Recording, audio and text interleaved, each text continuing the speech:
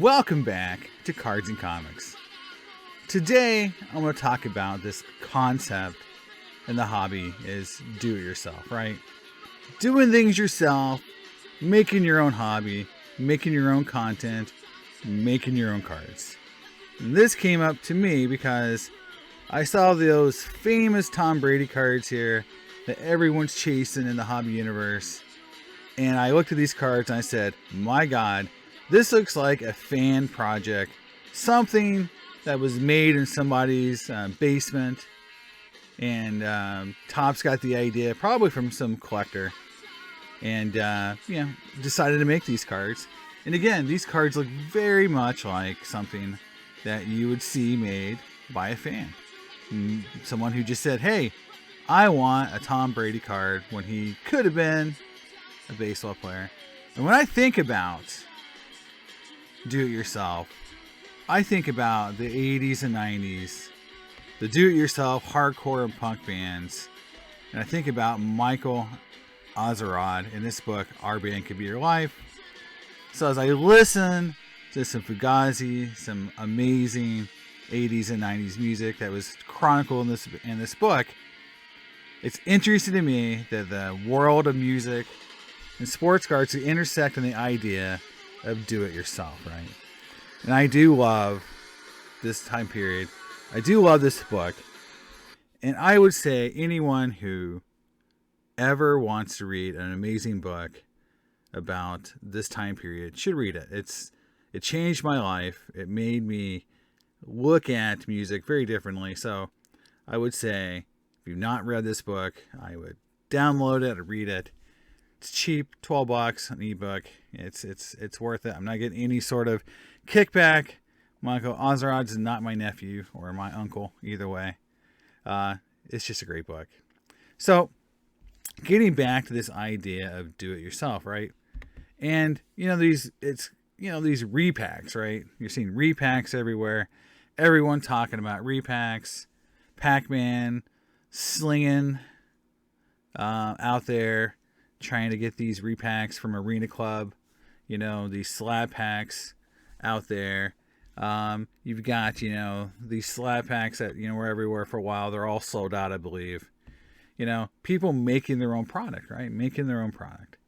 Making their own cards. Those Topps cards definitely look like something that was homemade, homebrewed.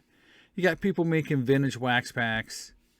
You got people doing everything, man. You got people making their own comic book covers. If you want to have sexy, Harley Quinn, Poison Ivy covers, and you don't like the ones DC's putting out, just have someone make it yourself, man. Pay an artist, you get your own covers, right? You can do whatever you want. You don't have to do what the companies want you to do. You can do your own thing. And I think that is going to happen throughout. You can see it in action figures. People make their own custom action figures.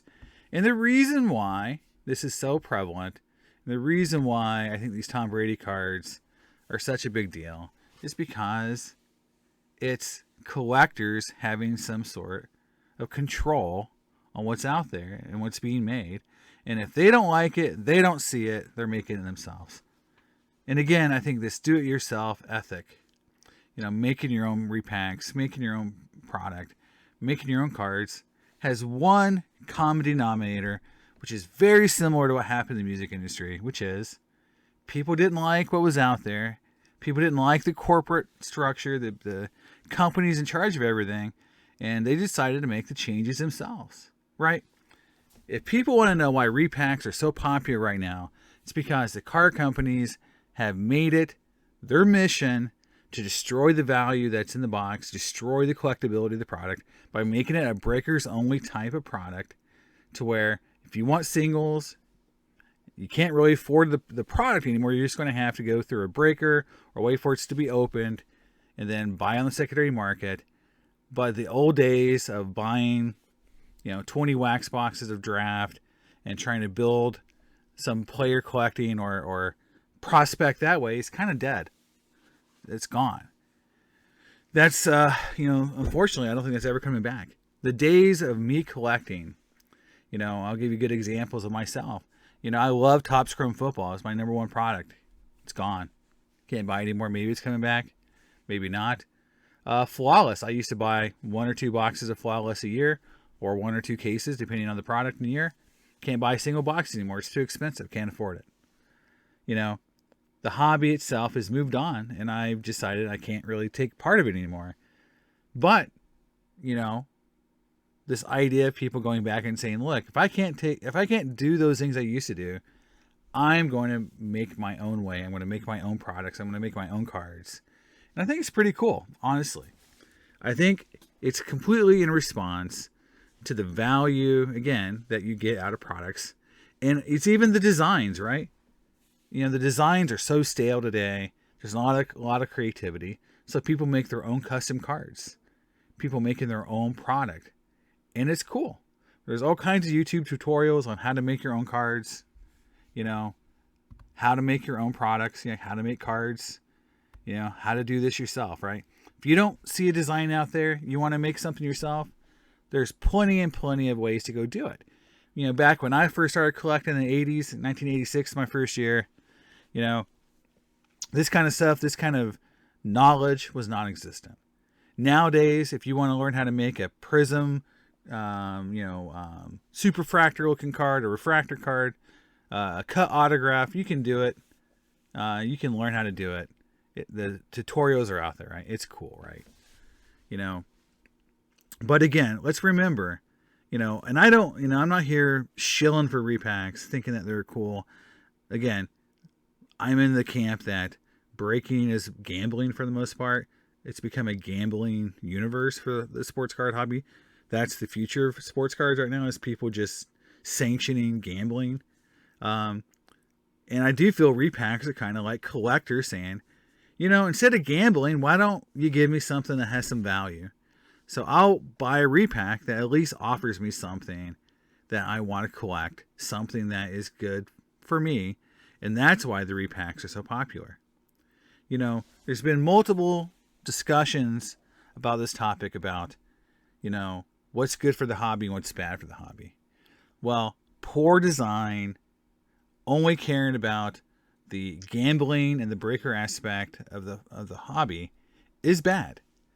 And again, the repacks, the custom cards, people doing things themselves is 100% in response to the corporations, the companies, Panini and Topps, you know, making products they don't like, making cards they don't like, or not giving them what they want, and people are just doing it themselves, right?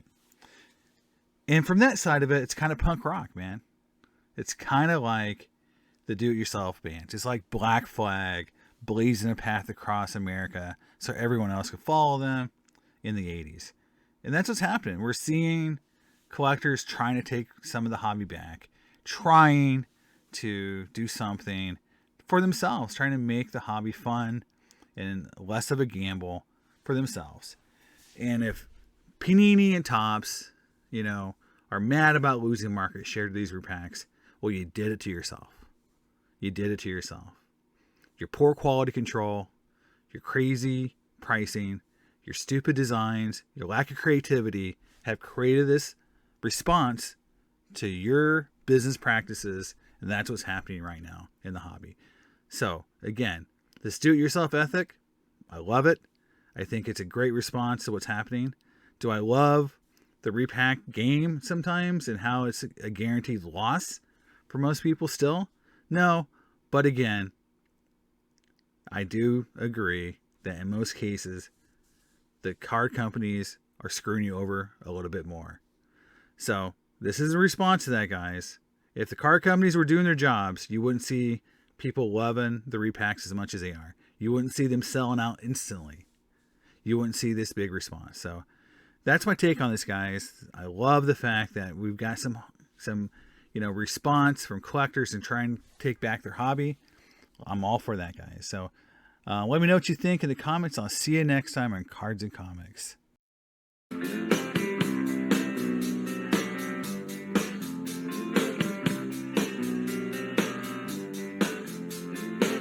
Our band could be your life. Real names be the truth. Me and Mike Watt, we played for years. And punk rock changed our lives.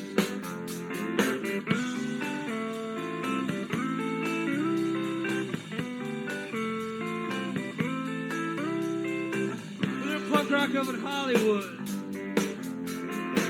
Go all the way up from San Pedro.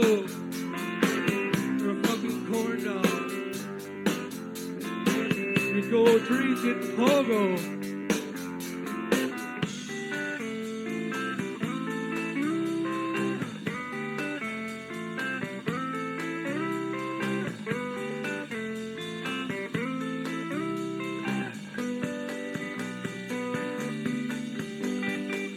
Narrator.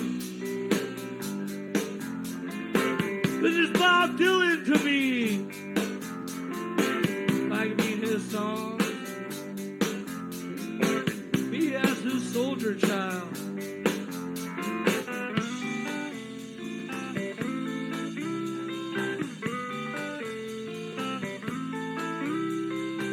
A band of scientists rock.